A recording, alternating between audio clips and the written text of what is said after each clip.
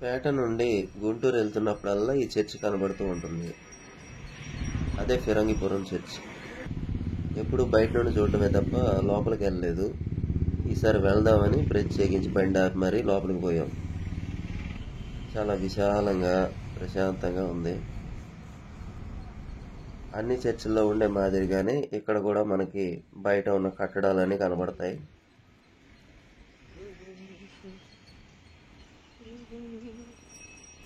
అయితే ఈ చర్చిలో ప్రత్యేకత ఏంటంటే కొందరు ప్రవక్తుల యొక్క విగ్రహాలు కూడా బయట మనకి కనబడతాయి.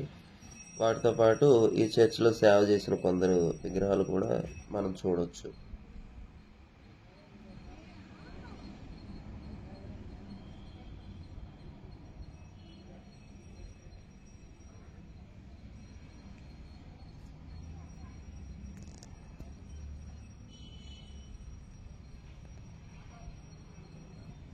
యేసు ప్రభు వారు సిలువ వేయబడిన సందర్భాలు కూడా ఇక్కడ మనకి బొమ్మల రూపంలో కనబడతాయి.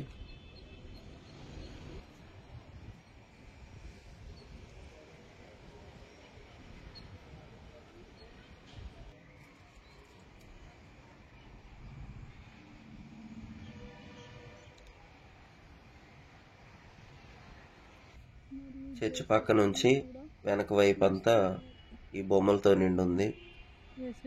పునీత జోజప్ప అంట.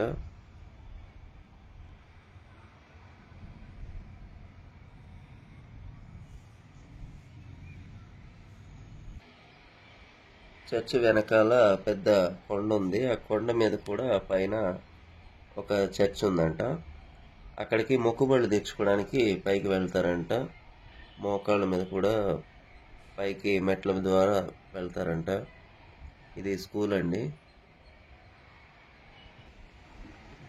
ఇది చర్చి యొక్క వెనక భాగము. ఇక్కడ కూడా కొందరు విగ్రహాలు అనేవి మనం చూడొచ్చు. చర్చి అంతా కట్టడం అంతా చాలా అద్భుతంగా కనబడుతుంది.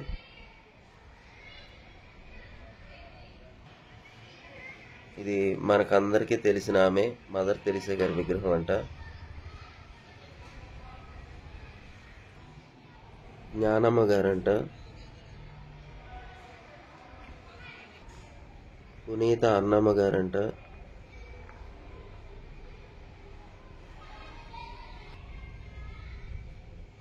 పునీత యోహాను గారి విగ్రహం. ఇదంతా చర్చి యొక్క కుడివైపు భాగం నుంచి చూస్తే ఇలా ఉంటుంది.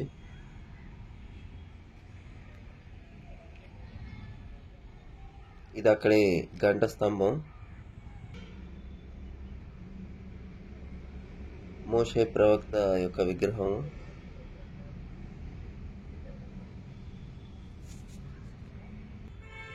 పునీత ఇన్యాసి వారంట.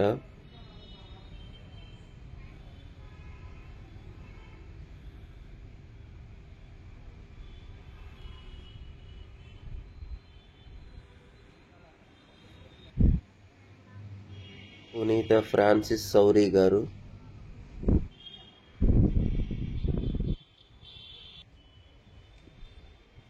పునీత పేతురు.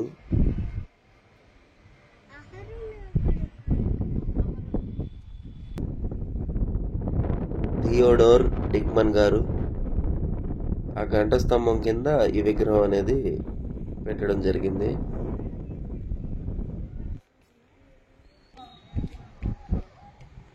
ఇదంతా కుడి భాగం నుంచి మనకి ఇలా కనబడుతుంది.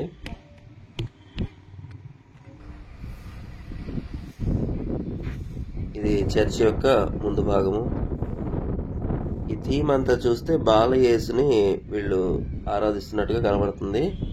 1819లో స్థాపించారంట. ఇది అక్కడున్న గంట స్తంభం పైన ఉన్న వ్యూ.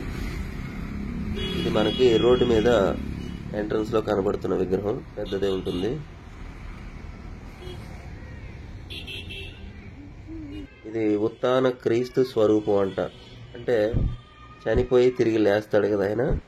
ఆ లేచినప్పుడు ఇలా ఉంటాడని వాళ్ళు చూపిస్తున్నారు. చర్చ్ లోపల వ్యూ నెక్స్ట్ వీడియోలో చూపిస్తా.